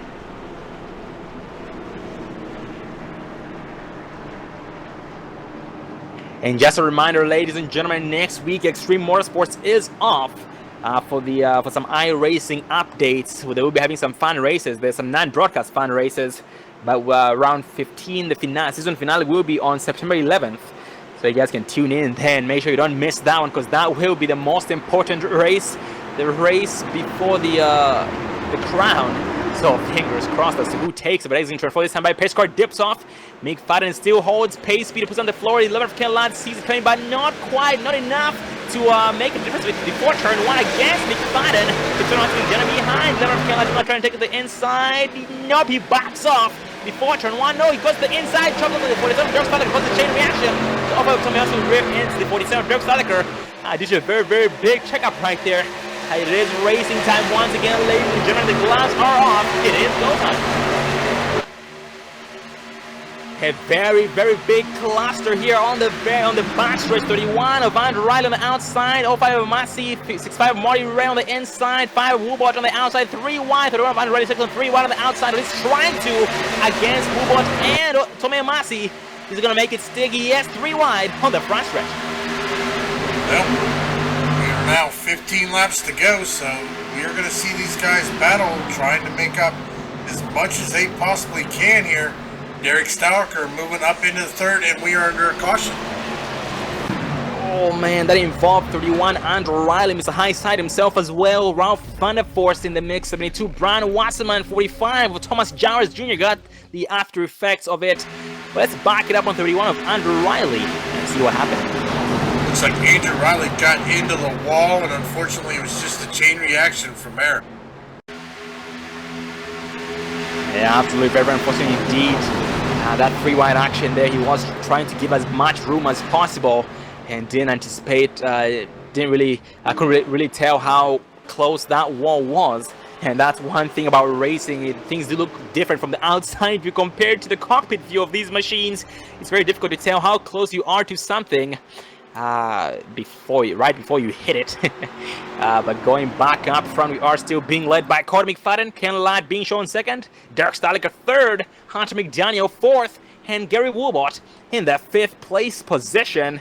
And at this point, we have 14 laps left here in tonight's race on lap 72. So once again, fingers crossed at this point. We have Cody McFadden having the most laps on his tires. Cody McFadden and Dirk Staliker having 19 laps on their tires. While the next second drivers who have the, second most laps on their tires would include Ken Ladd, Hunter McDaniel, Gary Woobot, Marty Ray, Tommy Massey, and Timothy McBrayer with about 12 to 13 laps on their tires. But everybody else beside them have less than 10 laps on their tires. In this case, I should say less than 7 laps on their tires. So once we go green, if it stays green, it will definitely work against the drivers who stayed out. Because those tires will end up, they will start basically feeling the effects of those older tires. They talked about how these machines are very, very pushy. They will become even extra pushy, or I should say more pushy than ever before.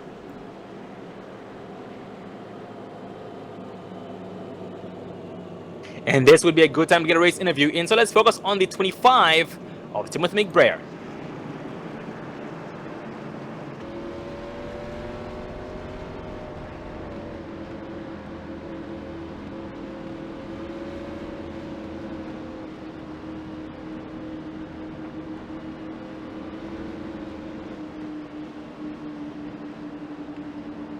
Well, ladies and gentlemen, we are being joined up in the Ray broadcasting booth with 25 of Timothy McBrayer. How are you doing tonight, Timothy? Hey, how you doing, buddy? Good, how are you? I'm doing all right. I'm running pretty close to the front. Oh, yes, you are, Tim. And Tim, in the beginning, we noticed you had some extra bad luck, man. Your machine was in bad shape. That Napa Auto Parts machine. You were able to get back on the lead lap, get that machine fixed, and have been headed towards the front ever since. But how's the race been tonight? That's good, Sean. I'm doing great. Oh, can't be that. And why are you packing under that hood, man? What do you expect to see here before too long? Basically, what do you expect to see yourself before the race ends? I hope I'm in the top 5 there, Sean.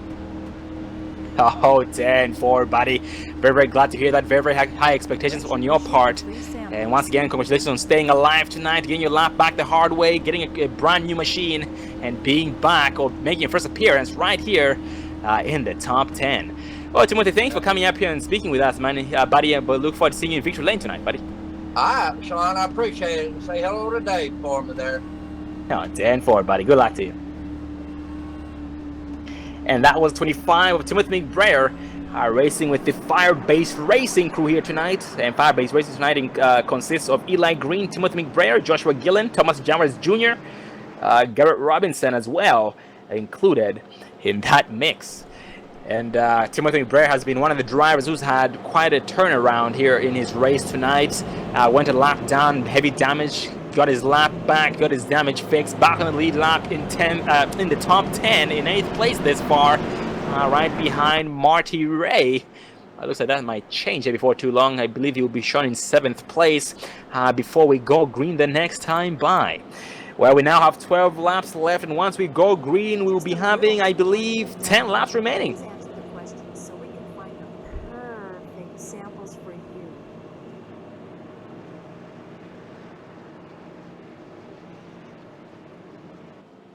And Dave, so many heavy movers tonight. Jason Eisenhower from 28th place, or 25th place to 18th.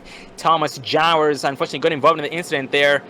Well, actually, Thomas Jowers is on pit road as we speak. His pit crew is hard at work, trying to straighten that machine out. Looks like he is out of backup machines, out of backup cars. So he won't be able to finish his race tonight with a clean car. Chris Gillam from 11th place so far being shown 16th as well. Chris does have some damage on it, and Chris once again was one of the drivers involved in the 4-wide incident. He was one of the drivers in the middle there between him and the 13 of Eli Green, the contact that started the 4-wide incident wreck, resulting in some flips and turns with some drivers out there. Well, going back up front, we are now back 1 to green, still being led by Cody McFadden. McFadden will be assisted by the 47 of Dirk Stalick on the inside. On the outside is Ken Ladd being pushed by the 57 of Hunter McDaniel. And fingers crossed that the 22-lap old tires on Hunt of McFadden and Dirk Stalick does not affect these guys whatsoever before the race ends. Once again, we have some drivers who have less than 10 laps on their tires this far, very close to Cody McFadden relative-wise so far. So if it stays green, McFadden just might be in deep trouble, same as Ken Ladd, Dirk Stalick, and Hunter McDaniel, who have over 15 laps on their tires once again. Yeah, we're going to find out. These guys are going to battle it out for 10 laps. 10 lap shootout here. Now, everybody knows lap 85 is going to end it, but lap 81, if a flag flies at lap 81, that is going to end the race as well. As we are getting ready to go green flag racing, pace car bringing them out of turn number 4. Going back green flag racing here at Michigan for the Drive for Rocco 170 with the Extreme Motorsports 99.com Pro K&N Series. Pace car is off. Hot diggity dog, here we go. Green flag racing is 64. Cody McFadden gets out to a good jump. Here comes Ken Ladd. He's bringing Hunter McDaniel. No, Hunter McDaniel's going to try to get to the inside of Ken Ladd here into turn number 1. Yep, Hunter might have him here on the exit of turn 2, but maybe not. Ken Ladd might have a slingshot. Yes, he does. And still maintains the outside of 57 Hunter McDaniel. And right behind him is 47 Dirk Stalick watching the battle from his cockpit. And so far, just hoping that these guys keep battling so he can be able to pull them in with every single lap. But once again, Dirk does have a lot more laps on his tires compared to Hunter McDaniel. 05 Tommy Mercer right behind him, ready to pounce at any moment. Yeah, it's go time, Sean. These guys know it. They want to get that win as Cody McFadden is out front. He is already up to a 0.3 of a second lead over Ken Ladd in second. Hunter McDaniel sitting there in third. Dirk Staliker's looking to try to get around the 57 of Hunter McDaniel. Looks like he may have got a little loose there. But here comes the 05 Tommy Amassi looking to the inside of Dirk Staliker. That's what it's all about. Once a driver makes a mistake, some kind of mistake, anybody else behind the opponents will definitely take advantage of that without any hesitation. And so far, 86 Weidemeister on the inside of the 5 of Gary Woodward and the 65 Marty Ray. They were 3 wide, but they went back double wide. Now back single foul. Marty Ray trying to get around the 5 Woodward. But the gap did increase. Woodward has found fifth and determined to get the job done here tonight. Yeah, most definitely. So, see, 8 laps to go. So we're getting down to that nitty-gritty here. As Ken Ladd trying to hook into that draft. He is getting ever closer to the Cody McFadden. Big difference in tires. We're going to see how that plays off tonight. Yep, and so far the drivers looking good on tires. Who have newer tires compared to those leaders up front do include Adam Eisenhower, Marty Ray, Christopher Smith, Timothy McBrayer, Caleb Daniels, Eli Green, Ralph Vanderforst, So once those guys catch up to those leaders will be in deep trouble, in so much trouble, they might as well pull over and let those the drivers on newer tires by, because the grip will be just way too great. Or I should say, yeah, way too. The grip is going to be too much of a difference compared to those two drivers. Unfortunately, 48 of Christopher Smith as well behind the 86 of Adam Eisenhower for 8th place, and will try and draft up and get building a good run on this front straightaway, entering turn 1. Yep, 6 laps to go. These guys got to make these moves here. Taking a look at our top 10 right now is the way they run. Cody McFadden out front. Ken Ladd second. Hunter McDaniel third. Derek Stoliker in fourth. Tommy Amassi fifth. Wolbert sitting in 6th, Marty Ray 7th, Christopher Smith in 8th, Adam Eisenhower 9th, and Joshua Gillen rounding out your top 10. There's some trouble on the track, Dave, between 11 of Ken Ladd and 64 of Cody McFadden, but they were able to sort that out. That was almost ugly. They made contact, they both went sideways, somehow saved those machines. We still stay green here on lap number 81, but that did end up costing the 64 of Cody McFadden the race lead. And lost, he lost 3 spots to Ken Ladd, Hunter McDaniel, and 47 of Dirk Stoliker. And up front, Hunter McDaniel on the inside of Ken Ladd, side by side. Yep, just 5 laps to go. We're almost to that point. Next flag will end the race. Just 2 more laps here. As we see Hunter McDaniel is going to complete the pass on the 11 of Ken Ladd. Ken Ladd's in trouble. He has got Dirk Stoliker right behind him as well. Dirk Stoliker goes wide and comes down low. But Ken Ladd is not letting Hunter McDaniel go, as he is going to look to his inside into turn number 1. And there's some battle behind further back in the pack. 13 of Eli Green, Ralph Vanderpoor side by side, 11th and 12th place respectively. But Ralph does get a nice slingshot, great exit off turn 2, and maintains the 11th place spot against the 13 of Eli Green, and that gap gets nothing but bigger. Entering turn 3, once again, Ralph has the newest tires compared to anybody else on the track at this point. That is a lot more grip than everybody else. And with that said, he just might freight train these guys. Little sitting still next. Victim 6-5 of Marty Ray. Yes, Marty Ray 3 wide. 5 of Gary Woods split down the middle. Marty Ray on the inside. Ralph on the outside. Makes the pass successfully. And they do go back double wide. And Gary Woolbot bumped down to about 11th place. Yeah, but we still got a battle up front here, Sean. So we're going to keep this as Hunter McDaniel, Ken Ladd, Dirk Stoliker all running right there. Cody McFadden sitting there in 4th. He is the guy on the outside looking in. 3 laps to go as they are making their way out of turn number 4. Just 2 laps to go. That's right, ladies and gentlemen. 2 laps to go. Next flag ends the race. Derek Stoliker charging all over 11 of Ken Ladd. Ken Ladd trying to drive or trying to race that defensive line to maintain his 2nd place spot before he can get off the back bumper of leader Hunter McDaniel. And Hunter McDaniel leading some laps here, leading the most important laps, the most important time of the race. 2 laps left here in tonight's race. Next flag is the white flag. Final lap of the race. Ken Ladd trying to charge against Hunter McDaniel, but so far Hunter exercising extra speed, and I should say consistency. Not a single mistake made in the last 5 laps on Hunter McDaniel's part, and Dirk does fall back a little bit off turn 4. White flag is in the air. Final lap here tonight is Hunter McDaniel is holding off Ken Ladd and Derek Stoliker. Cody McFadden sitting there in 4th. Christopher Smith sitting right there behind Cody McFadden in the 5th position spot. And we had a big wreck in the back of the pack, but the caution did not fly due to the white flag already being thrown by the iRacing officials. But up front, Ken Ladd is coming out of turn 4 this time by unchallenged so far. Gonna bring this thing home at Michigan International for the Drive for Urkel 170 by the Drive for Diabetes Awareness. Check, don't guess. Hunter McDaniel wins this thing. Ken Ladd 2nd. Derek Stoliker 3rd. Cody McFadden 4th. And Christopher Smith in the 5th place spot. Well, that was a heck of a race right here, Michigan International. We had a lot of hard racing all race long. And thank you, ladies and gentlemen, for being a part of it and helping these drivers, I should say, giving these drivers enough motivation to get the job done tonight, despite how other track tried to throw their way. Well, with that said, we'll be having interviews here before too long with the top 3 drivers, Hunter McDaniel, Ken Ladd, and Dirk Steilager, and also a special guest. So stay tuned. In the meantime, we will ride with the 57 Hunter McDaniel with the Maverick Motorsports driver as we hopefully see a smoke show.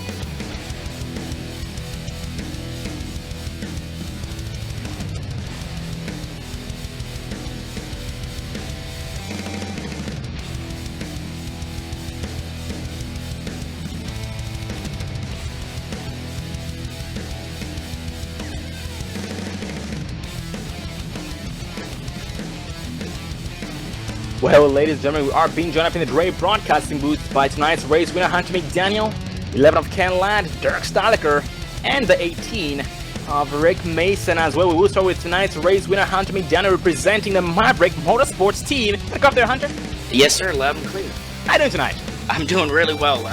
Michigan was a race coming in that I was not very confident about, so to get a win here is very special.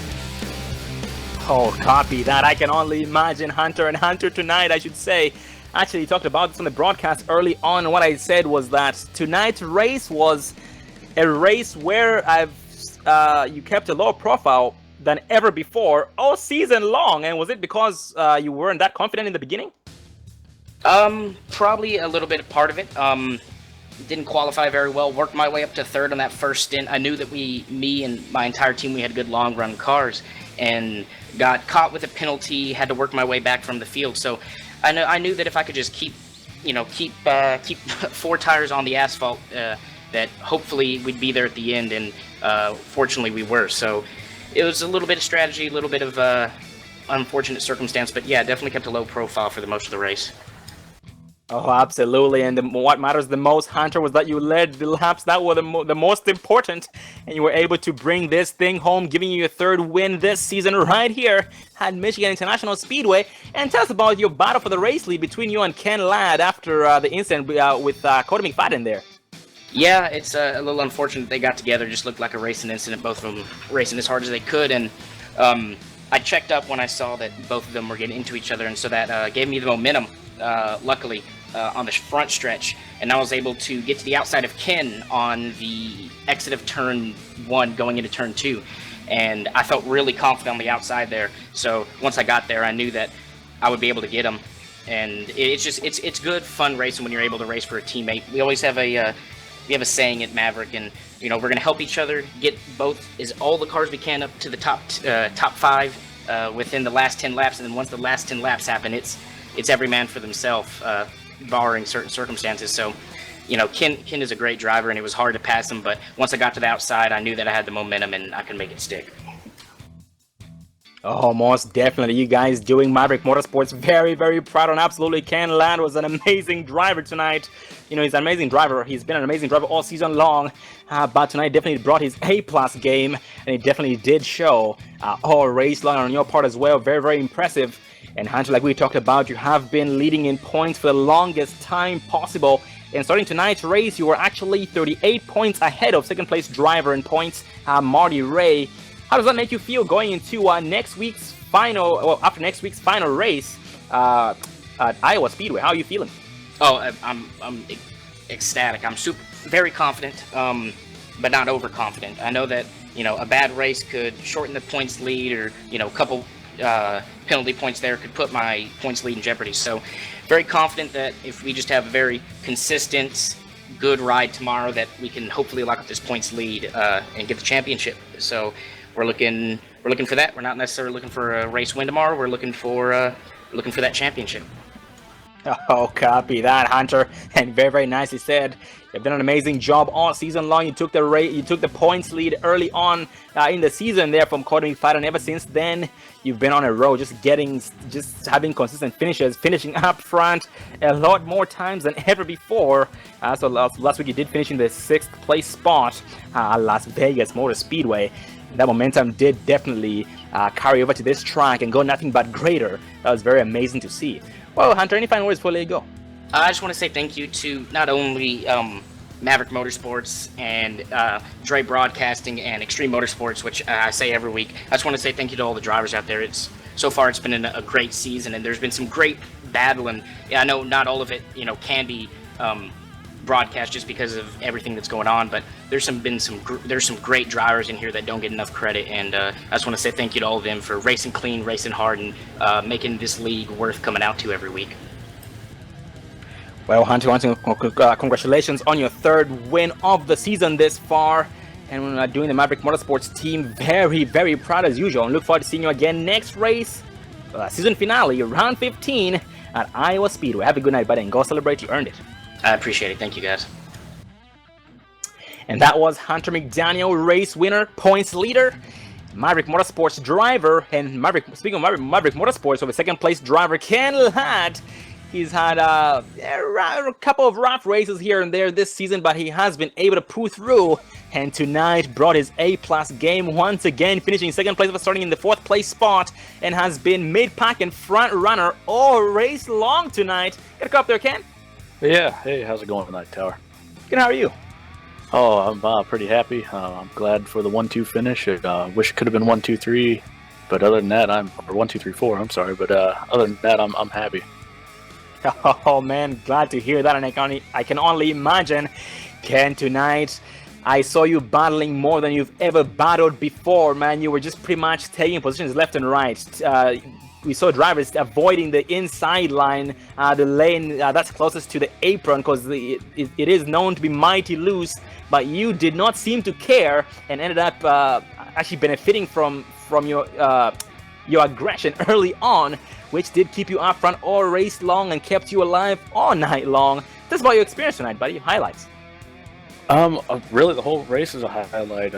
This track, I found a line through this track over the time I've been with iRacing and running it that a lot of people don't like to do, but there's a certain line that you can hold, and it saves your tires, and it just helps in the long run. And like Hunter said, we had a long run car. I kind of shared that secret with him, and we came out and we proved it. And I'm happy with the results tonight. It was a fun race all the way around. Wish for a little bit more green flags laps, but other than the few little cautions we had, I think overall it was a great race. Oh, most definitely, very, very nicely said. And what a heck of a performance once again on your part tonight, doing the Maverick Motorsports team extra proud. And with how much success you've had here tonight, Ken, how are you feeling going into the season finale at Iowa Speedway?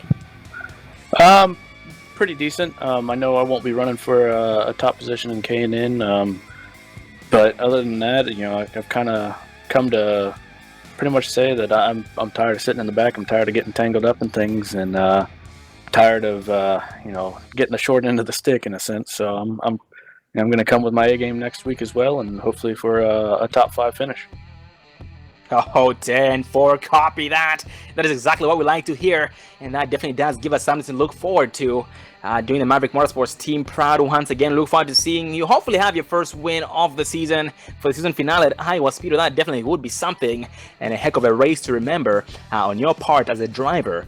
And Ken, once again, I've said it over and over again up in the broadcast booth, the viewers out there in the chat, how you've had a lot of ups and downs, and it seemed as though you've had more downs than ups, but you always seem to pull through that, be consistent, and work your way up every single time, despite what all these races, all these tracks throw your way, and that definitely does go unnoticed. I mean, we definitely do notice that every single time, and that is very commendable. But any final words before I let you go? The only final words, I just want to give out a shout out to the teammates. We all did a great job tonight. Also want to give a shout out to Psychops Vapor for the sponsorship and the Epilepsy Foundation. they do great work. Myself, I'm part of them. It's a great community to look at if you're going to donate or anything like that. So that's about all I have to say. So you guys have a good night. Well, congratulations, Ken Ladder, on your success tonight, and see you again for next race, Iowa Speedway. Have a good night, buddy. Go celebrate. Will do. Thank you. And that was 11 of Ken Ladder presenting the Maverick Motorsports team. But next in line, as the driver we spoke to early on in the race, 47 of Dirk Stalik. Are you going to come there, Dirk? Yeah, I got you, man. Well, Dirk, when we talked to you, talked about how tight the machine was and how your biggest fear was getting in contact or being claimed by the wall. Tell us about how your race was after the interview. Yeah, it was an interesting one, that's for sure. I ended up staying out on that final pit stop, saving fuel, hoping to be able to make it. I actually ended up with less than a third of a gallon in the tank. I was shutting it off and coasting along cautions and everything, trying to make sure I made it, but it really turned around there in the last couple laps, using that strategy to get up in the track position. Something worked. I really figured out how to how to enter into turn 3, and something just clicked there in the last 10 laps or so, and that's what really let me hold the position once I got it. And it was really fun. I'm glad to be able to come back in 3rd place. That was really exciting. I had no idea I could get up that high, so it was a lot of fun. Oh, absolutely, and it was a heck of a race on your part. When you came in there during the race, under the caution, we got the interview with you, got a chance to speak with you there. You talked about how you weren't really confident at this track and how you weren't the fastest. Basically, you were pretty much telling us that you were pretty much expecting a top 10 out of yourself, but once the race had gone green, we noticed you gained at least 5 spots in 1.5 laps. We talked about how you're just pretty much trying to fool us. And that actually does get justified right here, because you did finish in the podium. Very, very impressive and a heck of a performance on your part, Dirk. Well, Dirk, going into Iowa Speedway for the season finale, what do you think you need to change or work on to better your chances of hopefully having 2 spots higher, having your first win? I really think the big thing that I need to work on is backing up the entry to the corner. I tend to take it a little bit aggressively going in, and that really it makes it push through the turn, and I can't get quite as good of a drive off. I don't know Iowa well. I haven't really spent any time there, so this next week is just going to be a lot of practice. Really try to figure it out and see what I can do at the end of next Monday night. Oh, copy that. Well, Dirk, great job on your success here tonight. It was very, very amazing watching you work your way through this field tonight. Despite everything that you went through there with a few contacts with the wall, a couple of other incidents there, but you were able to pull through that and finish in the 3rd place spot, gaining 12 spots overall in tonight's race. But any final words, buddy, before we let you go? Yeah, thanks to all the drivers out here. It's a lot of fun. I really enjoy this league. There were a couple incidents, but overall it was a great race. People were very clean. And I just have a lot of fun with it, so I'm glad to be here, and it's such a fun time. Once again, congratulations on your success tonight, Dirk, and look forward to seeing you again for season finale at Iowa Speedway. Have a good night, buddy, and go celebrate. Hey, thanks a lot. And that was the 47 of Dirk Staliker finishing in the 3rd place spot.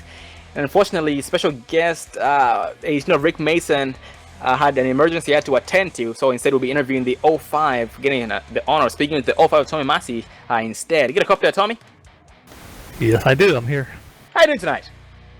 Doing good. Doing good. I came home top 10. I finished 6th. I'm pleased with that. Absolutely. And tonight, Tommy, you did keep a low profile as expected. Every single race, you pretty much in the beginning, you do keep a low profile. But then towards the very end, you do end up finding 5th gear, even 6th gear, and just end up abusing that gas pedal the most you can. And that always does pay off tonight. Started 17th, finished 6th, gaining 11 spots overall. Very, very impressive. Tell us about your race, man, and your experience with the track and car. Yeah, I try to, just pace myself, run the laps until it gets towards, the final stages of the race, and then see what I can make up. But my qualifying is horrible, so if I could qualify better, I sure would feel better if I could start up more closer to the front. Oh, copy that. But despite you starting for the back in the pack, we've come to conclude that you might pretty much do that on purpose, same as the 5 of Gary Woolbot. You know, you guys like to start in the back of the pack and end up still having excellent finishes by the end of the race, which is very nice. You guys stay alive and push it when it really matters the most, which is usually in the later stages of the race. And actually, give us a rundown of your green flag pit stops tonight, because it did seem as though we had some drivers who had some trouble on pit road. It went pretty well, really. The first one was I hit it on spot and it was real smooth. I think I gained a couple positions, and then next time around, I think some guy took 2 tires. And I took 4. I lost some spots that time. Oh, 10-4, that makes sense. Absolutely, yeah. Those 2-tire heroes. Just imagine how much that affected that machine. In the beginning, we got a chance to speak with 47 Dirk Staliker. He talked about how the machines were very, very pushy tonight. Most machines here are very, very tight. I mean, very, very loose. But tonight, you guys unfortunately had loose machines out there, but you were still able to benefit. Well, Tommy, thanks for coming up here and speaking with us. And actually, speaking of next race, round 15, season finale, how are you feeling going into the final race of the season, man? Oh, I'm pretty stoked about it. I can't wait to get there and see, bring home at least another top 5 or get a win. If I can get a second win this season, that'd be great. Oh, 10-4, glad to hear. And speaking of your points right now, you did start actually 9th place in points starting tonight's race. And with those 2 drop weeks right there, Tommy, hopefully, they will work in your favor. And absolutely, that would be amazing seeing you have a win, first ever champion of the new Pro K&N series with ExtremeMotorsports99.com. That would definitely be something. Well, once again, Tommy, it has been a pleasure seeing you grow this whole entire season with the Pro K&N series and even the track series that we raced with you this season and last season as well. You're an amazing driver, and that definitely does not go unnoticed. And just keep up the good work, and look forward to seeing you in Victory Lane hopefully next week at Iowa Speedway. And final words, there you go. I appreciate the kind words there. No, and I also appreciate Dre Broadcasting. You guys do an outstanding job, and you got to give yourselves a lot of credit for what you've done this season for us. Well, I want to thank you for the kind words, and once again, congratulations on your success tonight, Tommy. And look forward to seeing you next race, Iowa Speedway, for the KC Store 150. Have a good night, buddy. Go celebrate. And that was the 05 of Tommy Amasi, finishing in the 6th place spot, starting 17th, gaining 11 spots overall. That rounds up interviews. Tommy Amasi, Ken Ladd, Dirk Staliker, and Hunter McDaniel 1st, 2nd, 3rd, and 6th place. Well, it was a heck of a race. This was a Drive for Roco 170 by the Drive for Diabetes Awareness. And that is Brent Kuo. He does race in the truck series, and I do believe that we hopefully will be seeing him tomorrow night in the truck series for Chase Race number 4. So if you guys would like to be a part of that, check us out tomorrow night as well. ExtremeMotorsports99.com Camping World Truck Series Chase Race 4 Careers for Veterans 200 right here at Michigan International Speedway. That is the Truck Series Camping World Trucks. Well, Dave, any final thoughts before we close off? It was a great race, but I tell you, we're coming down to the end of the season. Can't wait for the final race to see who's going to be crowned the first champion in the K&N series. Absolutely, that definitely does give us something to look forward to. And once again, ladies and gentlemen, thank you for joining us for the Drive for Roco 170 for the Drive for Diabetes Awareness round 14 of the ExtremeMotorsports99.com Pro K&N series, brought to you by iRacing Broadcast Overlay and Graphics iBog. Check them out at ibog.co. But once again, next race is round 15, September 11th. Extreme once again is off next week. And we'll be back September 11th, round 15 season finale, the KC Store 150 at Iowa Speedway. And the next race is going to be tomorrow night, Chase Race 4, ExtremeMotorsports99.com Camping or Truck Series, the Careers for Veterans 200 at Michigan International Speedway. Well, once again, this season is coming to an end, so if you guys would like to be a part of this, actually check them out at ExtremeMotorsports99.com. Drop the first E in Extreme, so drop the first E in Extreme, sort of the X, ExtremeMotorsports99.com. If you are new to the channel, don't forget to hit the subscribe button. This is the Dre Broadcasting Network. We do broadcast 6 nights a week, so you guys are kept entertained almost every single day of the week, except for Friday nights. I am Sean Zulu, and David Everly behind the cameras. Thanks for tuning in. Look forward to seeing you guys again next race. Have a good night.